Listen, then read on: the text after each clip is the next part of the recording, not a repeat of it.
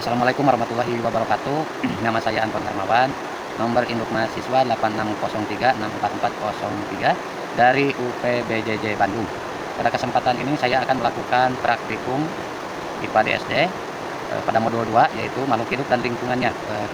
Di sini saya akan melakukan praktek terhadap ekosistem darat. Di mana ekosistem darat terbagi menjadi dua, yaitu ekosistem darat buatan dan ekosistem darat alami.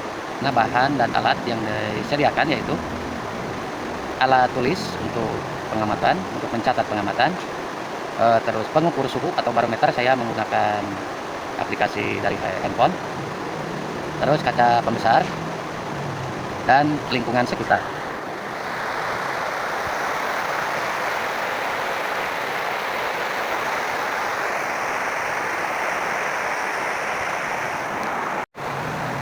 Pada hari ini cuaca sangat cerah, dimana pencahayaan sangat terang. Suhu berada di sekitar 28 derajat Celcius. Dimana dalam ekosistem darat alami itu terbagi dua, yaitu biotik dan abiotik. Dalam lingkungan di sini terdapat jenis abiotik, ada bebatuan yang muncul secara alami. Terus ada pasir ya. Dan tanah, ini tanah berwarna coklat tua ya, coklat kehitaman berwarna tanahnya. Suhunya sekitar 28 derajat. Angin terlihat spoi-spoi kecil ya, anginnya dari arah timur. Di sini juga terdapat makhluk biotik ya, terdapat tumbuhan liar. Di sini juga tumbuhan putri malu. Di sini tumbuhan putri malu.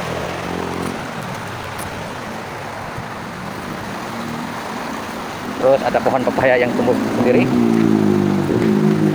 Ada tumbuhan talas, rumput liar, tumbuhan monera, ada tumbuhan bambu juga. Dan banyak lagi tumbuh-tumbuhan yang lainnya.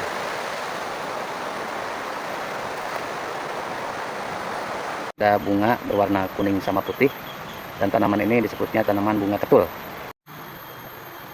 Ada capung, ada juga kupu-kupu. Semut. Berikutnya saya akan mengamati ekosistem darat buatan yang berada di lingkungan rumah.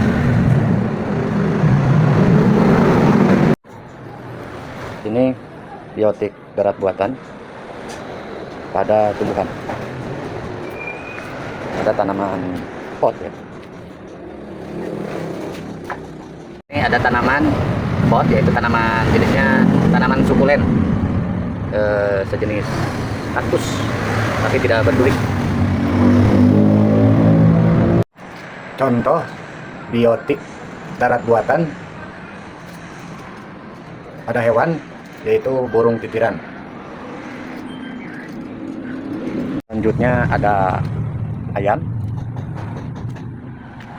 Sekian dari praktek ekosistem darat, dan selanjutnya saya akan melakukan praktek pengaruh deterjen terhadap perkecambahan.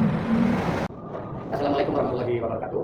Nama saya Anton Hermawan, nomor induk mahasiswa 8603644403. Pada kesempatan ini saya akan melakukan praktikum tentang pengaruh deterjen terhadap perkecambahan. Kegiatan ini dilakukan untuk memenuhi tugas dari mata kuliah praktikum di SD. Baiklah, dalam melakukan praktikum ini, di mana saya telah menyediakan alat dan bahan sebagai berikut. Yang pertama yaitu cangkok, yang kedua kacang hijau, gelas ukur 1000 ml atau 1 liter. Terus ada gelas ukuran 600 ml sebanyak 1 buah. Kertas saring atau tisu secukupnya. Plastik hitam untuk menutupi yang keras saja. Ada deterjen bubuk secukupnya. Lalu penggaris skala milimeter. Ada kertas label, labelan. Terus air leden, ya. Air leden secukupnya. Lalu ada alat tulis untuk mencatat hasil pengamatan. Tahap pertama kita akan melakukan cara membuat larutan. Pertama kita akan membuat larutan deterjen. setelah kita menyediakan air sebanyak 1 liter atau 1000 ml, kita campur dengan deterjen bubuk sebanyak 1 gram. Lalu kita aduk sampai larut deterjen. Setelah selesai membuat larutan deterjen 100%, lalu kita tinggalkan pada gelas kurang lebih 600 ml. Selanjutnya, setelah membuat larutan 100% air yang sudah tercampur dengan deterjen, selanjutnya kita akan membuat air yang dicampur deterjen sebanyak 50%, 25%, 12,5%, 6,25%, dan 3,1%. Dan ini gelas kontrol, yaitu gelas yang berisi dengan air yang tidak tercampur dengan deterjen. Oke, mari kita tuangkan ke dalam gelas.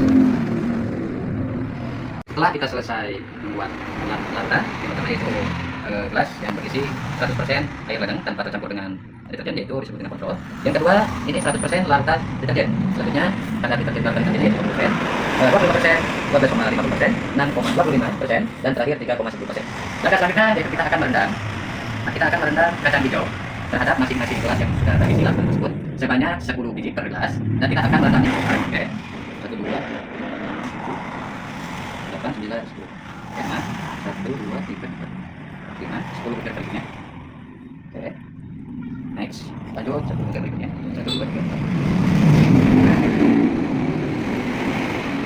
Lanjut. Butir.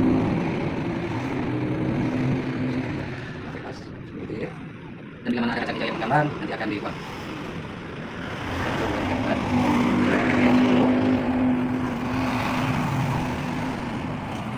Oke, sudah. Nah, semuanya kita akan rendam selama kurang lebih 5 menit. Baik, kita setelah kacang hijau direndam dalam larutan per persentase yang telah tersedia, lalu gelas yang sudah dikasih label dan persentase dikasih kata saring atau tisu. Setelah itu kita akan menutup dengan penutup yang kedap cahaya. Oke, tutupnya kita akan tutup selama 24 jam, 1 atau 2 hari. Oke, kita tutup. Nanti kita akan amati pertumbuhan dari kacang hijau tersebut, dan kita akan ukur bagaimana perbedaan pertumbuhan kacang hijau setelah 24 jam level 100%. Perkembangan kacang hijau, ada satu yang masih tumbuh sekitar 0,6 mm, sedangkan kacang hijau yang lainnya dimungkinkan mati. Dan pada gelas campuran 50% terdapat 6 kacang hijau yang tumbuh, dan setelah diukur paling panjang itu 1,5 cm, ada 2 butir, 1 cm 1 butir, 0,6 1 butir, 0,5 2 butir, dan yang 4 butir kemungkinan mati.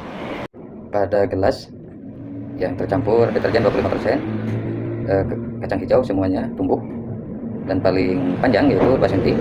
Lanjut ada yang 1,8, 1,6, 1 cm 2 butir, 0,6, 0,5, 0,4, 0,3 sama 0,2. Pada gelas dengan campuran dengan presentasi 12,5 terdapat 9 butir yang tumbuh dan 1 butir mati, dan ukuran paling panjang itu 1,7.